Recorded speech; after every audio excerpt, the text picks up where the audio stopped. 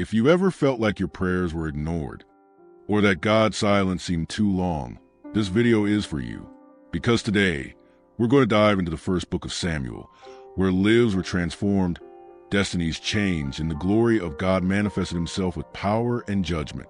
The story of Samuel in the Bible is not just ancient, it's alive, fresh, and full of lessons that still shape our faith today. Stay with me until the end, because every scene in this narrative brings revelations that can change the way you connect with God. Don't leave. Subscribe to the channel and activate notifications right now so you don't miss any content that will strengthen your faith and renew your hope. Let's dive together into this incredible journey, full of lessons that touch the heart and awaken the soul. What you're going to see here is not a superficial reading or just another religious explanation. It's a deep dive, without filters, straight to the point. Let's talk about Anna and Peninnah, about Anna's prayer, about Samuel and Eli, and also about the spiritual backstage behind the capture of the Ark of the Covenant and the judgment that fell upon the house of Eli. There is pain, there is faith, there is miracle, and it is all connected by a single truth, the sovereignty of God about all things. It doesn't matter if you already know these stories or if you're hearing them for the first time. The way we're going to approach them will keep you hooked from beginning to end. Some people think that the Bible is only for scholars or religious people, but here you'll discover how this narrative speaks directly to real life, to your everyday life. Silent prayer of a barren womanto confront idols like needle. Everything is loaded with symbolism, direction, and teaching. And more, you will see how Samuel hears God for the first time, and how this experience connects with situations that you may be experiencing now. Because yes, God still speaks. And he uses circumstances, pain, silences, and even apparent defeats to awaken his servants. Each episode from Samuel's call has war against the Philistines. Even the humiliation of the pagan gods has something to say to your soul. So if you're looking for more than information, if you want real and practical inspiration, watch until the end. And take advantage, subscribe to the channel, activate notifications, and share this video with someone who needs to be reminded that God still rules. What is about to be revealed is not just history. It is life being rewritten under the divine touch. Are you ready? Then let's go to the first part, the drama, that began with a woman in tears and ended with the birth of a prophet. We begin with Elkanah, a man who had two wives, Peninnah, the fertile and provocative woman, and Hannah, who bore the brunt of sterility. Peninnah, in her bitterness and jealousy, mocked Hannah on every trip to Shiloh, increasing the pain of this woman whose heart was marked by the silence of motherhood. This scenario shows how faith is often tested in moments of vulnerability, especially when despair insists on stealing hope. Hannah, however, had a powerful weapon, sincere prayer. In the middle of the temple of Shiloh, she knelt in silence, her heart crying out so deeply that the words barely came out her mouth, but her soul spoke loudly to God. It was there in that moment of anguish and faith that the priest Eli mistook her for a drunken woman. But instead of rebuking her, he blessed her after hearing her explanation, showing that even the encounter with human error can become a miracle of prayer. In that moment of pain and faith, Hannah made a solemn vow if God gave her a son, she would dedicate him to the Lord for the rest of her life.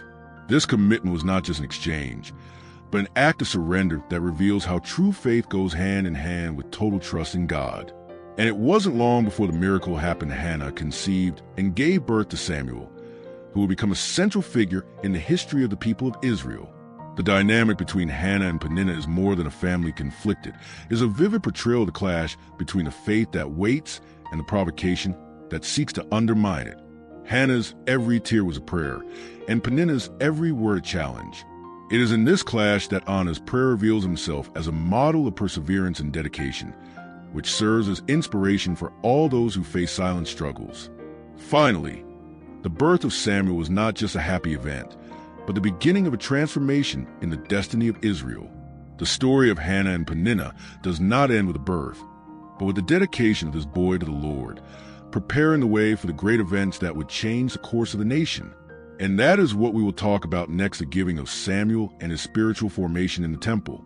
Faithfully fulfilling her vow, Hannah took little Samuel to the temple in Shiloh, handing him over to the priest Eli, so that he'd grow up under protection and guidance of the Lord. This act was not easy for a mother. separating from her son, is a test of faith and trust in divine providence. Hannah knew that she was dedicating Samuel not only to the house of God, but to the calling he would have to transform an entire nation. Samuel grew up under the watchful eye of Eli, who, despite the shortcomings of the priestly house, offered the boy a solid spiritual education. Living with Eli marked Samuel's first steps as a servant and prophet in training. It was in the silence of the temple that the boy began to connect with God, preparing himself to hear the divine voice that would change his life and the history of Israel. Even though Hannah was far from her son, she never stopped celebrating God's justice. Her prophetic song is a true declaration of faith and gratitude, exalting the Lord who lifts up the humble and brings down the proud. This praise inspires anyone facing difficulties, reminding them that God is faithful to fulfill his promises in the right time and in a powerful way. Samuel's growth in the temple shows the importance of early spiritual formation. It is an invitation to reflect on the environment we cultivate for future generations, whether at home, church, or community. Hannah's dedication is a living example of how a vow made in prayer can bear fruit that transcends generations and impacts the destiny of an entire people. As Samuel prepared for his divine calling, the challenges of the time began to unfold around him, with a corrupt priesthood that would test his faith and steadfastness. This phase of growth is the bridge to understanding how God raises prophets in the midst of chaos, exactly as we will see in the next topic. While Samuel was growing up in the temple, the spiritual situation of the priesthood was far from ideal. Eli's sons, Hophni and Phinehas, were known for their serious sins. They stole offerings intended for the Lord, despised sacrifices, and indulged in immorality. Such behavior exposed a deep void in the heart of religious leadership and showed how faith can be corrupted by greed and disrespect. Eli, despite being the highest priest, reacted softly to his son's transgressions, reprimanding them with words but not firmly correcting them. This attitude had serious consequences, because when leadership does not act with justice, it opens a way for the downfall of an entire generation. First book of Samuel reveals that tolerance towards sin weakens the glory of God. In response to moral decay, God pronounced a prophecy of judgment on the house of Eli. The message was clear: the corrupt priesthood would be removed and a new, faithful priest would arise to lead the people. This promise shows God's sovereignty over spiritual leadership, which must be marked by integrity, and also God's severity in the face of persistent sin. The prophecy given to Eli brought a painful shock, for he knew that his sons were not following the Lord's path, but he also felt his own powerlessness to change the situation. This moment of judgment is a warning to any community or person who neglects holiness in the name of comfort or tradition. God does not accept empty religiosity. The corruption of Hophni and Phinehas paved the way for the emergence of Samuel as a prophet and faithful leader. It is in crisis that God acts powerfully, raising up those who will be instruments of restoration. This dynamic between sin, judgment, and redemption is a central theme of the first book of Samuel, and it reveals how God's glory can return even after the deepest decline. During the night, when silence and darkness reigned in Shiloh, God broke the silence and called Samuel by name. At first, the boy did not recognize the divine voice and thought it was Eli, the priest, who was calling him. This scene is an invitation to all of us many times. When God speaks, we need to learn to discern his voice, separating it from the noise and confusion of life. Eli, realizing that it was God who was calling Samuel, taught him the correct response: speak, Lord, for your servant is listening. This simple yet profound teaching shows that active listening and a willingness to respond are fundamental for those who wish to be an instrument in the hands of the Creator. Listening to God is more than just capturing words. It is opening the heart to obey. The first prophetic message Samuel received was harsh, a severe judgment against the house of Eli because of the sins of his sons and the negligence of the priest himself. This word of judgment was not just for Shiloh, but for all who mistake religiosity for true faith. Samuel, even as a boy, was already assuming a role of spiritual authority. Over time, Samuel became known as God's faithful prophet, and his voice was heard throughout Israel. He became the people's point of reference, bringing divine guidance and revelations that guided the nation. Samuel's public confirmation as a prophet shows how God raises up leaders at the right time, even if their backgrounds seem humble. Samuel's call is an invitation to reflect on our own spiritual listening. How many times do we miss opportunities because we do not recognize God's voice? This moment is crucial for us to understand that God still speaks today, and that the secret lies in cultivating an attentive heart, willing and available to respond. Israel was facing a tough battle against the Philistines, and the first defeat had already caused great grief, with around 4,000 dead.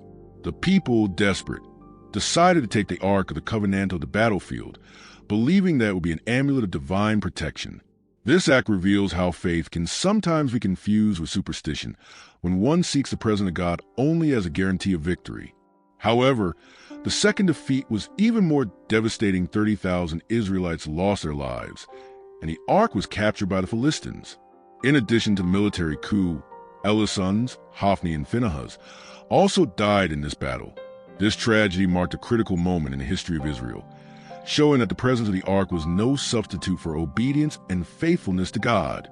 Ella's death upon receiving news of the defeat and capture of the Ark was accompanied by the birth of his grandson, Ichabod, who symbolized that the glory had departed from Israel.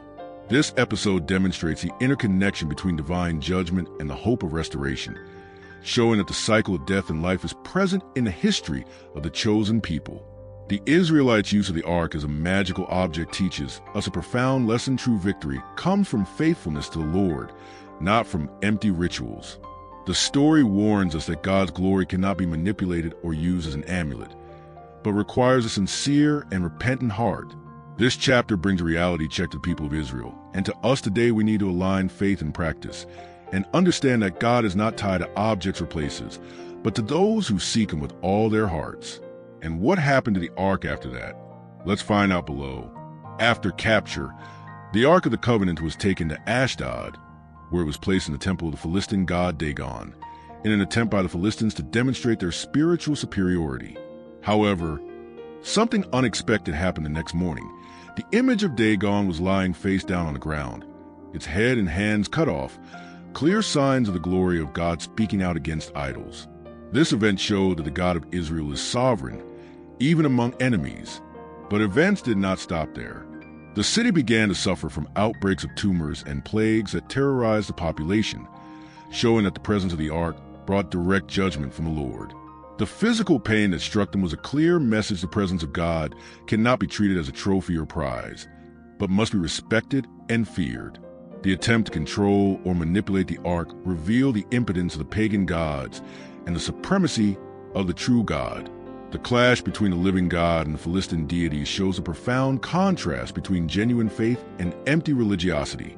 The Ark was not just a sacred object, but the symbol of the real presence of God in the midst of His people. This episode also reveals a holy and just character God, who protects His name and His people, but does not tolerate disrespect and profanation. It is a warning for us to take our relationship with the Lord seriously, knowing that He is alive and active in our history. Nothing can replace a willing and faithful heart. The presence of the Ark in Ashdod, full of signs and plagues, sets the stage for the next phase of narrative divine judgment spreading to other Philistine cities, amplifying the impact of God's presence even among Israel's enemies. Let's see how this plays out. The Ark did not remain in Ashdod for long, for the plagues and tumors spread, and the people were terrified. So the Philistines decided to send the Ark to Gath, hoping that divine power would not manifest itself in the same way. However, divine judgment overtook them again, and the cities suffered the same punishment, confirming that there is no escape from the reach of the true God. After Gath, the Ark was taken to Ekron, but the people of that city also rejected its presence, fearing the wrath of the Lord. The outcry spread among the Philistines. Fear and despair gripped the cities. The Ark of the Covenant, which of them should have been a trophy, became a symbol of terror and judgment, showing God's supremacy over His enemies. This journey of the Ark between the Philistine cities demonstrates that the presence of the living God cannot be ignored or disrespected, even by those who do not know Him. The power and glory of God transcend borders and religions, imposing itself over all idolatry and human arrogance. It is a reminder that no one is beyond the reach of divine judgment. The Philistine people, faced with this situation, felt the urgency to act to free themselves from the weight of the Arkansas. This moment shows how God's judgment can bring repentance, even when motivated by fear, paving the way for a possible recognition of the true God. God, in his mercy, allows even enemies to be confronted with his glory. In the scenario of fear and confusion, the Philistines sought a solution with their priests and diviners, which leads us to the next stage of the story, the plan to return the ark to Israel. It is a passage that shows respect, even if forced, for divine sovereignty. Faced with the plagues that were ravaging their cities, the Philistines consulted their priests and diviners, seeking answers to the torment caused by the Ark of the Covenant. The advice was clear: return the ark to Israel, but accompanied by an offering that symbolized their guilt before the true God. This gesture, return, already expressed a type of forced repentance, an attempt to free themselves from divine judgment. As part of this offering, the Philistines made images of tumors and rats out of gold, visible symbols of the plagues that afflicted them. These images would serve as a request for forgiveness and recognition of God's authority over their land and over them. The symbolic value of this action shows that, even without fully understanding, the people felt the weight of the Lord's presence. To confirm that the return of the ark was God's work and not merely a human strategy, the plan included a test with unguided cows. If the cows went directly to Israel, without deviating from their path, it would be clear that the Lord was at work. This method was a practical demonstration of faith, blending elements of local religiosity with sincere search for truth. The return of the ark with such evident signs confirmed that God remains sovereign over all nations and circumstances, no matter where or how his glory is manifested. The episode reinforces the central theme of the first book of Samuel. God honors sincere prayer and judges persistent sin, showing that he is both just and merciful. This stage of the story challenges us to reflect on our own repentance and how we deal with God's presence in our lives. Do we truly acknowledge God's authority? Or do we try to control, manipulate, or run away from him? The answer to this question can transform our spiritual journey. Now that you know the powerful story of First Book of Samuel, we invite you to reflect: how have you responded to God's call in your life? Are you paying attention to his voice, even in moments of silence and challenge? What practical actions can you start taking today to strengthen your faith and trust more in the Lord's sovereignty? Remember, God honors sincere prayer and acts in the midst of our struggles. Don't allow empty religiosity or routine to drown out the transformative power of your faith. Let the story of Samuel, Hannah, and Eli inspire you to seek a true and deep relationship with God, with courage and commitment. If this content touched your heart, I invite you to subscribe to the channel and activate notifications to receive more videos that will strengthen your spiritual journey. Also share it with someone who needs to hear this word, and together we will grow in faith and hope. And you, which teaching from the first book of Samuel impacted you the most? How do you intend to apply it in your daily life? Leave your comment and join this conversation. Your journey with God is just beginning, and I will be here to walk alongside you.